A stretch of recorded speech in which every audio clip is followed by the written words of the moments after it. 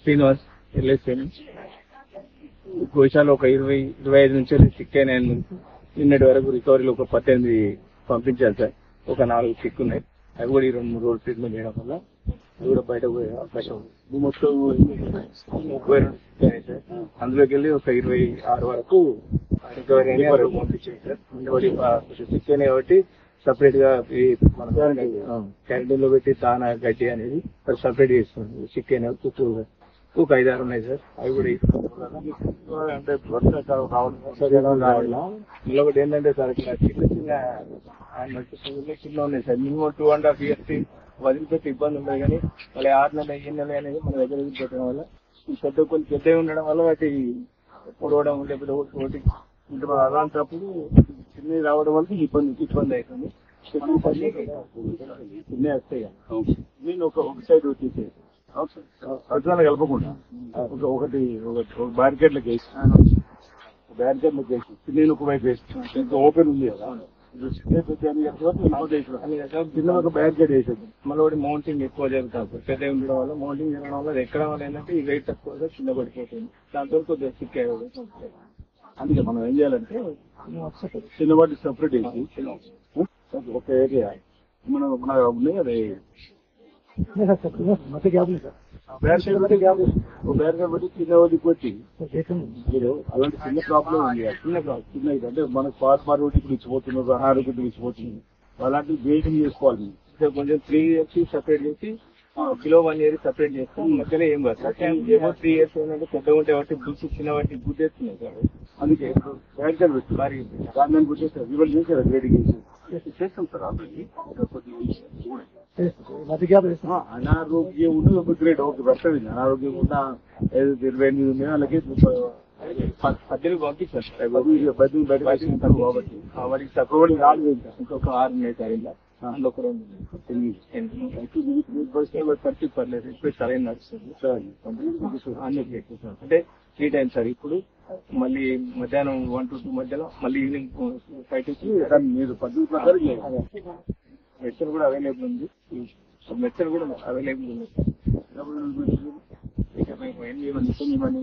16 మంది గోశాల అందు ప్రస్తుతం 1230 వరకు కోడెలున్నాయి. తర్వాత 54 ఆవులున్నాయి.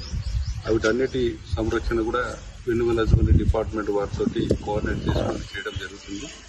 ఈ యొక్క గోశాలని జిల్లా కలెక్టర్ గారు సందర్శించారు. వారు కూడా ఇన్స్ట్రక్షన్స్ ఇవ్వడం జరిగింది. ఆ ఇన్స్ట్రక్షన్స్ ఇచ్చిన దాని ప్రకారం కూడా గోశాలలో కావాల్సిన మెరుగైన సదుపాయాలను కూడా కల్పిస్తున్నాం. ఈ యొక్క పశువులకు కావాల్సిన గడ్డిగా పచ్చిగడ్డి కానీ వరిగడ్డి కానీ ఇంకా మినరల్ ఫుడ్ అంతా కూడా మేము సఫిషియెంట్ గా యానిమల్ హస్బెండరీ వారు అడ్వైజ్ చేసిన దాని ప్రకారం తెప్పించడం జరుగుతుంది. రెగ్యులర్ గా ఒక ఫుడ్ కూడా మేము ఇస్తున్నాము. ఇంకా కొన్ని యానిమల్ హస్బెండరీ డిపార్ట్మెంట్ వాళ్ళు ట్రీట్మెంట్ చేయడం జరుగుతుంది. ఇప్పటికే 18 యానిమల్స్ కోలుకున్నాయి. ఆరోగ్యవంతంగా అవి కూడా మేత కూడా మేస్తున్నాయి. మిగతా ఇంకొక కొన్ని యానిమల్స్ చిన్న సెలైన్స్ మెడికేషన్ అంతా కూడా చేస్తున్నారు. కాబట్టి గోశాల అన్ని రకాలుగా ఈ రోజు అన్ని మంచి పరిస్థితిలో ఉంది. అప్పుడు ఈ గోశాలలో ఈ అధిక వర్షం రావడం వల్ల కొంచెం బురదమయం అవడం వల్ల కొంచెం యానిమల్స్ చిక్కాయి. చాలా యానిమల్స్ రికవర్ అయిపోయింది. కాబట్టి గోశాల పరిస్థితి బాగుందని తెలియజేస్తుంది. రాజన్న ఆలయ గోశాలను సందర్శించడం జరిగింది.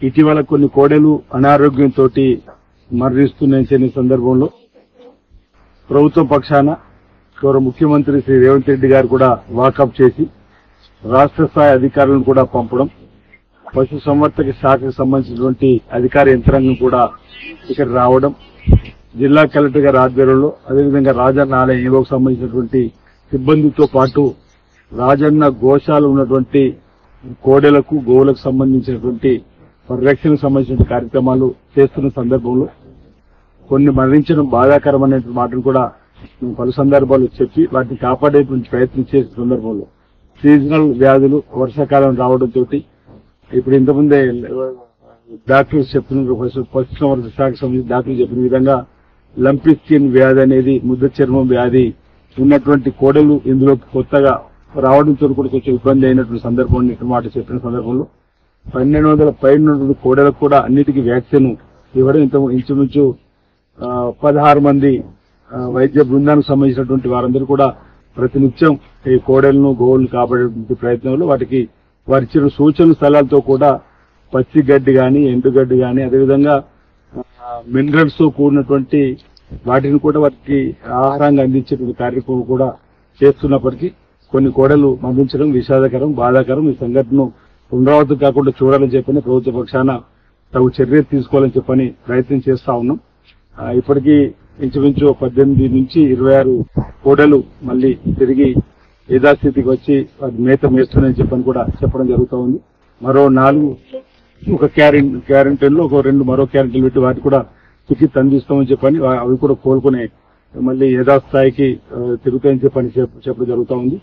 భక్తులు కూడా ఇచ్చేటువంటి పట్టి కోడెముక్కు చెల్లించుకునేటువంటి క్రమంలో ఈ పాలు అరువని కోడలు ఇవ్వడం కానీ చిన్న కోడలు ఇవ్వడం కానీ లేకపోతే క్రాస్ బ్రీడ్ కి సంబంధించినటువంటి వాటి ఇవ్వడం వల్ల కూడా కొంచెం సమస్య కలుగుతుందని చెప్పని డాక్టర్స్ బృందం చెప్తా ఉంది.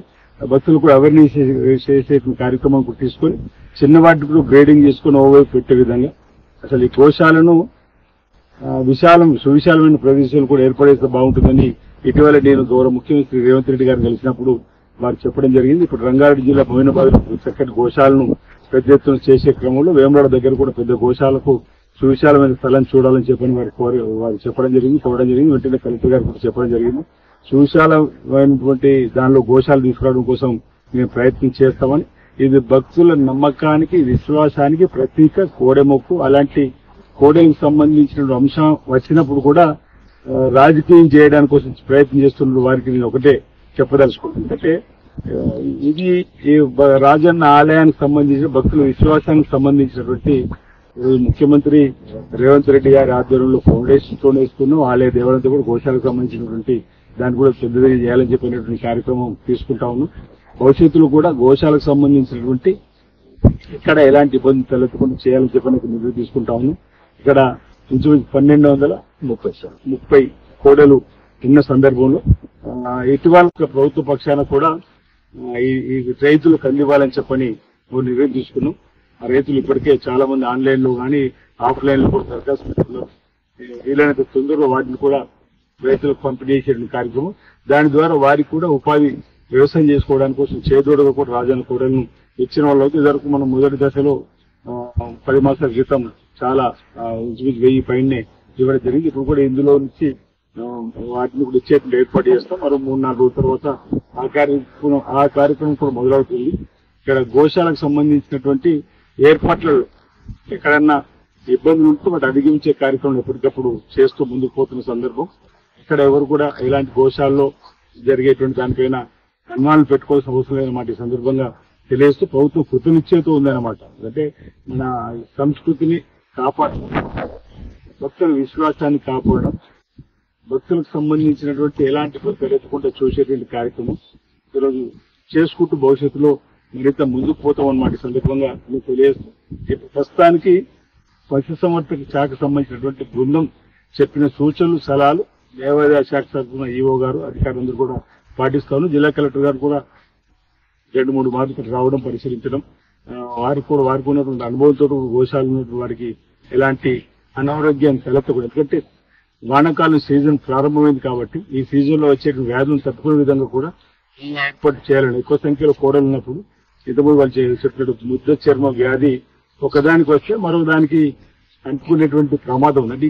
గోశాలలో అలాంటి వ్యాధి లేదు. కానీ భక్తులు ఇచ్చినటువంటి కోడతోని లోపలికి వచ్చిన తర్వాత రావడం వల్ల ఈ ఇబ్బంది జరిగిందనే మాట చెప్పడం జరుగుతుంది. కాబట్టి ఇక నుంచి కూడా కోడలను తీసుకొని ఈ గోశాల వెళ్ళినప్పుడు ఒక 10 రోజులు క్వారంటైన్ పెట్టే విధానం, నూతన కోడలు వచ్చినప్పుడు కూడా ఇక నుంచి మనం వెంటనే గోశాలలో వాటిని కలపకుండా గోశాలలో మిగతా కోడలు ఆవులతో వాటిని లేకుండా 10-15 రోజులు వాటిని కొత్తగా వచ్చినట్టు దాన్ని గ్రేడింగ్ చేసుకుంటూ కొత్త క్వారంటైన్ గా పక్కన పెట్టి ఆ 15 రోజులతో కలిపినట్టు బహుశా ఇలాంటి ఇబ్బందులు తలెత్తకుండా ఉంటుందని నా సూచన.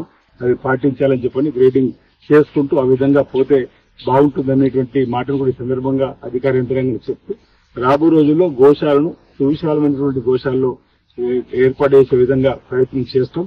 రాజన్న భక్తులు కూడా త్వరితగతిన చక్కటి దర్శన భాగ్యం కల్పించే విధంగా కూడా దేవాలయ అభివృద్ధి కానీ ఇతరత్ర కూడా జరుగుతూ ఉంది. కాబట్టి నేను ఒకటే విజ్ఞప్తి చేస్తా ఉన్నా, భక్తుల విశ్వాసానికి ప్రతీక అయినటువంటి ఈ కోడెలు గోడలకు సంబంధించిన అంశాన్ని రాజకీయం చేయడం తగదని మాట మీ సందర్భంగా చెప్పి మీ సూచనలు సలహాలు ఇవ్వండి. తప్పనిసరిగా ఆ సూచనలు సలహాలు పాటిస్తూ ముందుకు పోతాం.